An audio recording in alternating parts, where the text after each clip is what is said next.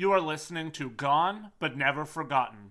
Our topics can include, but are not limited to, murder, sexual assault, graphic and gruesome details, and more. These topics are adult in nature and are not meant for everyone. Listener discretion is advised. On Halloween morning of 1980, a 39-year-old man who was residing for a brief period of time in Bristol, England, was found lying dead in a pool of his own blood on Brandon Hill. He had only been in Bristol for 2 months at the time of his death. As the investigation into the murder started, it was discovered that the murder was bloody, brutal, and incredibly savage. The man had been known to be quite the drinker, but he was not known to be the type to get involved in drama or fights while he was out at the bar. So, what happened in this case? How was the man murdered? Why was the man murdered? Who committed this heinous crime? Hello, and welcome to episode 52 of Gone But Never Forgotten, Gone Travellin, The Murder of Derek Grain.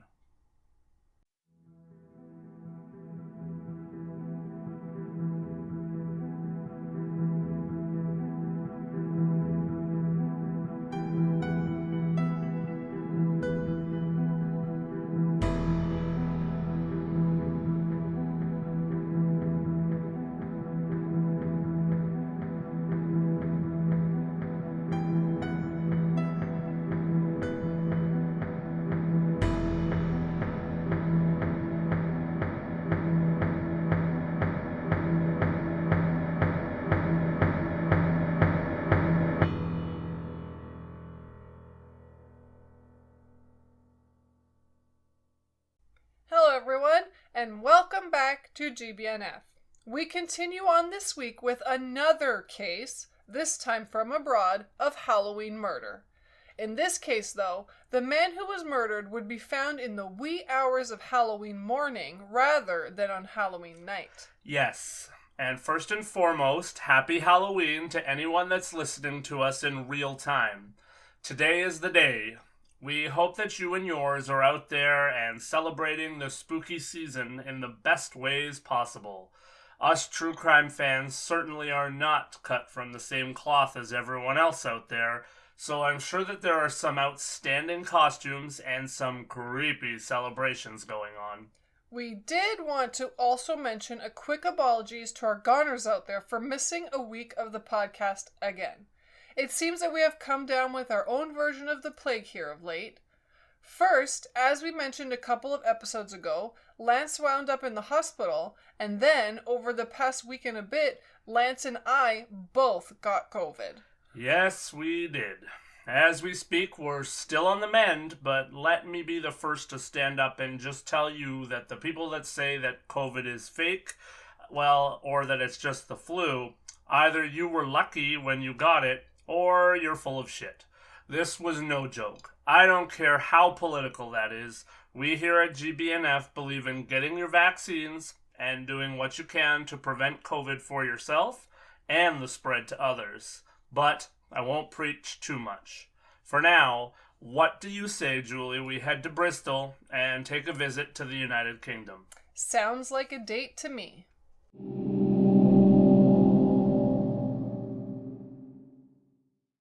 Derek Grain was a man that worked in the aerospace field as a contractor.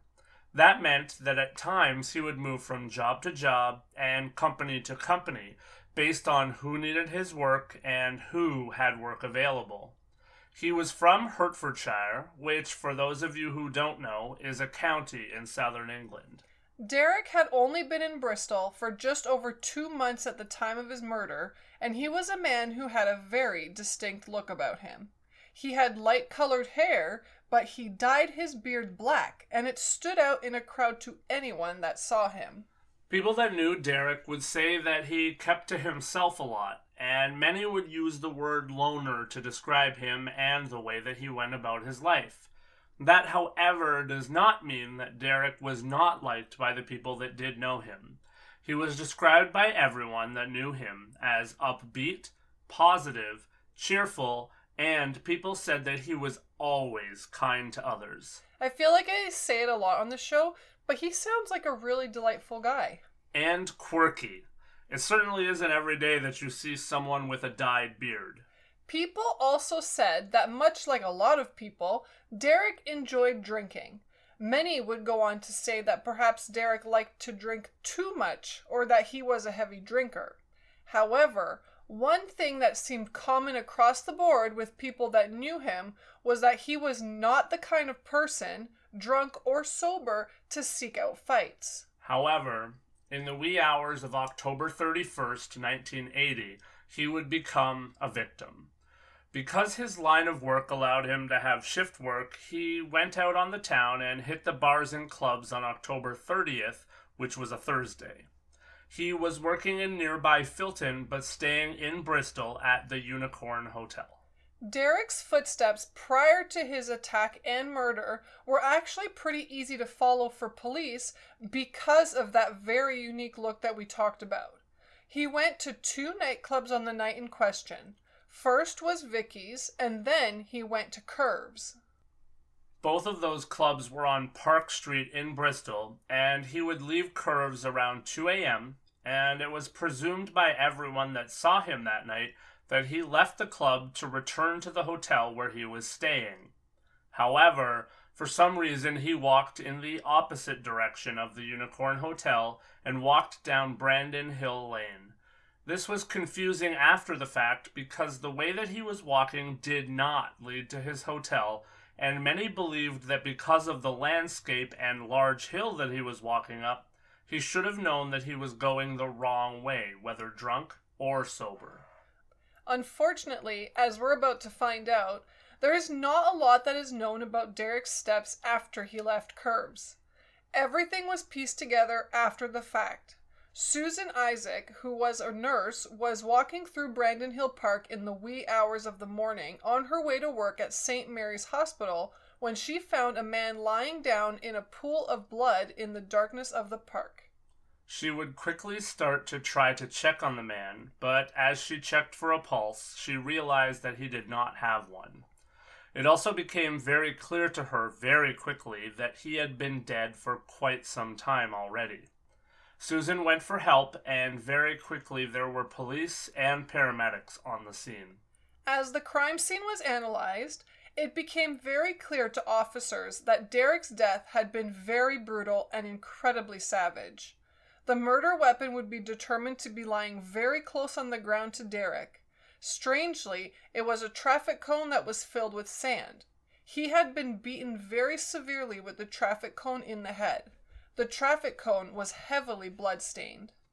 Derek's wallet was strewn across the ground, bank and credit cards everywhere, and his jacket had been torn off of him. This had been done so brutally that the inside liner from the pocket had been ripped. There was no cash at all found on Derek's person. As police would start to investigate the murder, that fact would become more and more curious because they were able to find out that at the bars, earlier in the night, Derek had been lavishly paying for his beers and tipping with cash. Not afraid to flaunt the amount of money that he had, and he had been drinking very heavily. It was believed that he had at least 70 to 80 pounds worth of cash in his wallet near the end of the night, which nowadays would be about $120 Canadian. But back in 1980, that would be about $420 Canadian when you take in inflation. That is a lot of money to be carrying on your person while clearly headed the wrong way in a dark place at night. It was quickly determined then by the nature of the crime and the nature of the attack that Derek's death was most certainly a case of robbery gone wrong. The main theory of detectives would center around the fact that his attackers had likely seen him showing and spending carelessly, and then they decided to follow Derek to attempt to rob him. The robbery gone wrong was certainly interesting, though, because things looked very passionate. Police believed that Derek had been kicked in the head multiple times while he was already lying on the ground dying from the original blows that came from the traffic cone. It's also interesting to me that they determined that this was robbery when bank cards and credit cards were left strewn across the area. You would think that perhaps those things would be taken too. We do need to remember, though, that these were not the days of tap with your cards where you could spend a decent amount of money without having PIN numbers, signatures, or whatever you needed. Cash was likely what the attackers were after if this was indeed a motive of robbery. That makes sense. Detective Inspector Brian Theobald would speak with the Bristol Evening Post and say, quote, "There is a possibility that more than one person was involved in this. I am having a second investigation of the scene and am pretty confident that the assailants were spattered with blood, at the very least. I am pretty satisfied that the motive was robbery. They used an awful lot of violence. It was a particularly vicious, brutal murder." Unquote. There would be some interesting leads that would come to light. One in particular came from an anonymous caller to police. He would tell them that he had seen a mysterious red Jaguar nearby where the body had been found. He would also say that he had seen 3 or 4 men attack someone near Clifton Triangle, which was also nearby where the body was found. He had seen this around 3 a.m. on the morning of Halloween. Other witnesses would also describe that same attack, but only the anonymous caller would mention the red Jaguar to police. Police would actually track the Jaguar down and investigate, and something curious would come to light. The Jaguar was actually registered to Derek's hometown, Hitchin, which was 150 miles away. It was determined that the owner of the Jaguar was not in the area at the time of Derek's murder, but there is certainly always the chance that the car could have been loaned out to someone for use. Because the car was registered where Derek was from, it has certainly led to confusion and intrigue over the years. Unfortunately, that eyewitness report and the traffic cone are the only evidence that was to be found in this case, despite 40 investigators having worked the case. There were not any fingerprints to be found, and there was so much blood at the scene of the crime that there was no way to determine whether the blood all belonged to Derek, some belonged to his attacker, or attackers, and which was which. As we've discussed many times on the show, this murder would take place before the vast advancements that we have seen in the areas of forensics and DNA. There was also not profiling being done back then, so there's not even an artist's rendition to go by in terms of what the murderers looked like or may have looked like. This was also before the era of closed-circuit TV and phones that we all know people will turn on crimes that can give some sort of evidence to investigators. Over the years, though, investigators have not given up on solving this case. They have analyzed the traffic cone, Derek's jacket, and more, hoping to find DNA or skin cells. But unfortunately, all has been for naught, and this case still remains very much open and very much unsolved. There are so many questions in this case. Why was Derek headed away from his hotel?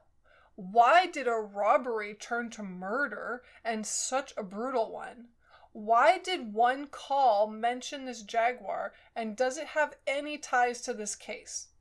And most importantly, why did a 39-year-old man have to lose his life on Halloween 1980 in such a cold and callous manner? Maybe someone out there is hearing this case and looking it up as we are in the Halloween season here in 2022, 42 years later, and you know something more about this case. Investigators have clearly tried since the crime to solve this case. If you know something that could perhaps cause a break in the death of Derek Grain, please call investigators and tell them what you know. Odds are that these people are, or were, violent criminals based on the scene that unfolded that morning. It appears to have been a crime of circumstance, likely for that money, and even the murder weapon itself seems to have been in the wrong place at the wrong time for Derek. And that is sadly all that we have on the brutal murder of Derek Grain. I echo those sentiments. If you know something, tell somebody. Let's transition out of the show here and jump back into that #BeBetter movement that we like to talk about. We sadly have not had any submissions from our listeners of late, So if you have a story of someone being better, please send it our way. However, I want Lance to share a really cool story that he heard this week. Okay. This story nearly moved me to tears in front of my coworkers, actually. Our director at work told us this story. He knows of this young man who suffers from some serious intellectual disabilities, and he often would go to sporting events and different things with his father-in-law. Sadly, quite some time ago, though, his father-in-law passed away, and for all intents and purposes, it was very difficult for this man to go out and do the things that he loved, and because he did not know a lot of people, he didn't have the opportunity to go with other people to do the things that he loved very often either. Well, recently he decided at the end of the baseball season that he wanted to go to a Blue Jays game. And he decided that he was going to go all by himself. He put together a plan, very detailed, and he got on the train, ventured down to Toronto, and when he arrived, he asked people along the way how he could get to the next stop that was on his detailed itinerary. Along the way, so many people helped this man out, even though he was obviously impaired, and guess what? He made it to the baseball game. He also made it home, and my goodness, what a success story that really is. When I heard the story, I had some of my faith in humanity restored because it almost seems impossible in today's day and age in so many ways. But he did it. He got his itinerary approved by his social worker, and he got where he was going with the help of so many strangers along the way. That is such a cool story. And I have to admit, not to slight Toronto, but with all the hustle and bustle that goes on there, having lived there myself for so long, it's actually hard to believe that this happened. So good for this man, and good for those people. This is the way that all of us should be every day, and with every person that we come into contact with. Everybody is suffering, and everybody is trying. It doesn't matter what race, sex, religion, or anything you are. We've said it before on the show, each and every one of us is a human being, and we should always be on the lookout for ways that we can work and help out our fellow human. Amen to that. Like Julie said, if you have a short story that you have or that you have heard and would like to have us share on the show, please reach out on social media or email us at gbnfpod@gmail.com and tell us your story. We'll give you a shout out, and if we can share the story on the show, we certainly will. And in closing, don't forget that we're going to have a video of our personal response to the case over on Patreon, and that will go live as the show drops. If you are one of our patrons on any tier, you can watch us and hear what we have to say about Derek Grain. Then, join us there or on any social media and tell us what you think of this savage murder in the UK on Halloween of 1980. Until next time, thank you for listening. Thank you for being a goner. Be better, and join us next week on Gone But Never Forgotten.